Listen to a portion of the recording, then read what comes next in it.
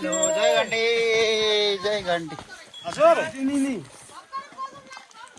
आजबाट बजाउनु सुरु गर्ने अब बजिसक्यो क्षेत्र नम्बर 2 मा सर्लक्कै घन्टी बज्नेवाला छ है यहाँ तपाईँ तयार हुनुहोस् विद्यार्थीहरू के गरिन्छ यहाँबाट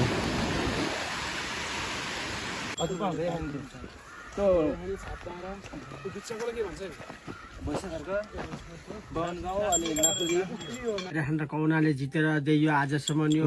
65 वर्षको मेयरसम्म दियो जनमोर्चालाई दियो काङ्ग्रेसलाई दियो एमालेले दियो माओवादीले दियो खै त के भयो आफ्नो दुःख त्यही छ हेर्नुहोस् आफ्नो दुःख हो यो प्रश्नको उत्तर यहीँनिर आयो हजुर भित्रैबाट आयो अब एकचोटि त भनेपछि अहिले अब युवकले अन्तिम के गर्नु छ र देश बचाउने काम हो यति भयो पुगेको यति भयो गरिहाल्छु के यो त पुरै आए मेरा दाइनी छिमेकी हुन् मेरो छिमेकी मेरा केमा भोट केमा रे मामा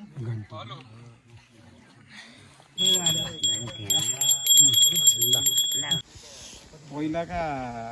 थोत्रे खर्क र डाका पार्टीलाई चाहिँ अब भुल्यो अहिले अब तपाईँहरूले कस्तो के गर्नुहुन्छ भन्ने त्यही छ हाम्रो खबर आशा गरेर बस्नु भएको छ त्यही आशा गरेर बस्नु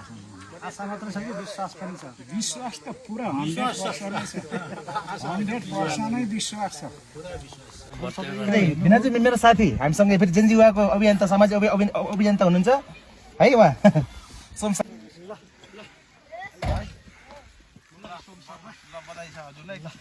उहाँ साथ सहयोग चाहिएको छ है विजयको अग्रिम शुभकामना नमस्कार हजुर ल दौडियो ल